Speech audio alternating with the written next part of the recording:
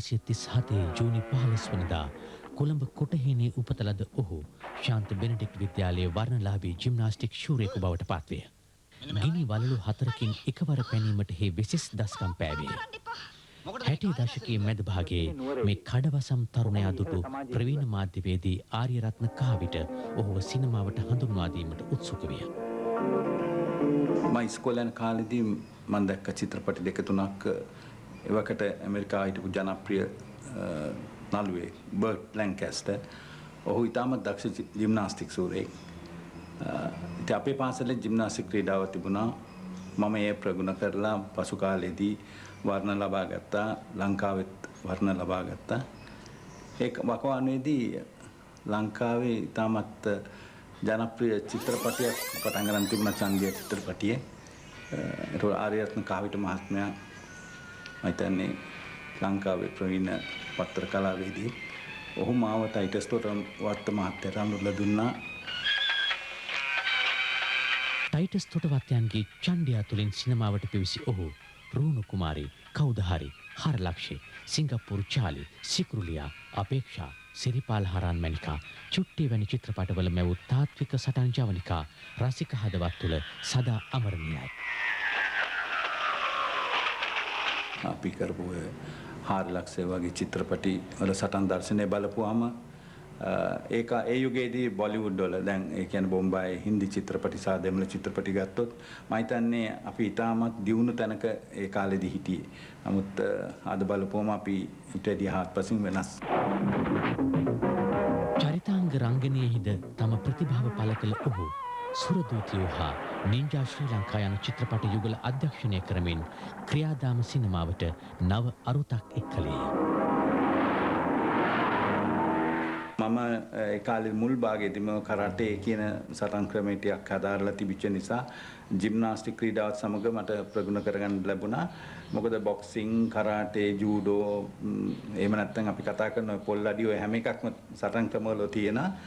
මම හිතන්නේ චරිතෙට ඕන විදිහට තමයි සටන මේ හදාරන්න ඕනේ. මොකද දැන් සරොන්ම ඇඳගෙන බොක්සිං ගහන්න බෑ. චිත්‍රපට 100කට ආසන්න සංඛ්‍යාවක රඟපෑ ඔහු හිම රාත්‍රිය, සෙක්කු ගෙදර, බෝගල සෞන්දර්යස් ඇතුළු ටෙලි නිර්මාණ රාශියකටද රංගනයෙන් දායක වූයේය. පැරණි කලාකාරයෝ වශයෙන් මා ඇතුළු තවත් ඉන්නවා දක්ෂ නළු නිළියෝ මම හිතන අවුරුදු 30ක් 40ක් විතර මේ කර්මාන්තයේ නියැලී සිටිනවා. ඉතින් අපිට දෙන්න පුළුවන් මට දෙන්න පුළුවන් එකම දැනුමතුකම මොනවා කෙරුවා වුණත් මේකට කැපවී වැඩ කරන්නයි කියලා. අත වශයෙන් තවත් කාරණයක් තමයි මේ කලාවල් දෙකටම රාජ්‍ය අනුග්‍රහය තිබිය යුතුයි. අනිවාර්යයෙන්ම නැත්නම් ඉතින් අපිට වෙන්නේ තව ටිකක් කල් යනකොට ඉන්දියාවට ගිහිල්ලා හෝ වෙනත් රටකට ගිහිල්ලා අපිට චිත්‍රපටයක් සිංහල චිත්‍රපටයක් හෝ සිංහල ටෙලි නාට්‍යයක් කරලා දෙන්නයි කියලා එහෙ ඉන්න අධ්‍යක්ෂවරුන්ට කියන්න සිද්ධ වෙනවා. සිනමාවේ මතුනව පුංචි තිරයෙහිද මේ කතානායකයා බහුලව අප නෙත ගැටෙනුවේ ජව සම්පන්න මනා පෞරුෂයකින් හෙබි රහස් පරීක්ෂකවරයෙකුගේ වේශයෙනි. සරසවිය, OCIC, ජනාධිපති ආදී සම්මානයෙන් වරින් වර ඔහුගේ රංගනය අගැයුමට ලක්විය. ශ්‍රී ලංකා ජාතික චිත්‍රපට සංස්ථාවෙහි සරසවි චිත්‍රාගාරයේ පාලකයා ලෙස අධ්‍යතනයෙහි භාරදූර වගකීමක් දරන්නා වූ රොබින් ස්ටීවන් ප්‍රනාන්දු නම් වූ මේ මාහිඟි රංගවේදියාට සටන් ශූරයාට මෙවර UW සුමතිපාල අනුස්මරණ සම්මානය පිදෙන්නේ ඔහුගේ දශක 4ක එකී කලා මෙහෙවර සමරුණු පිණිසය.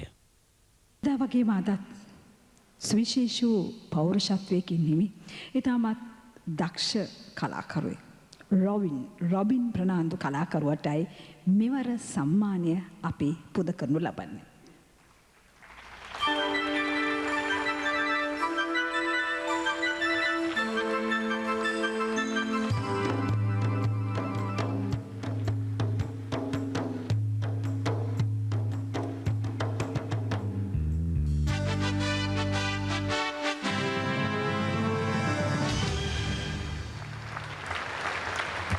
අපේ පැරැන්නන් අතර කියමනක් තිබෙනවා උඳු වපුරල මුං බලාපොරොත්තු වෙන්න බෑ කියලා.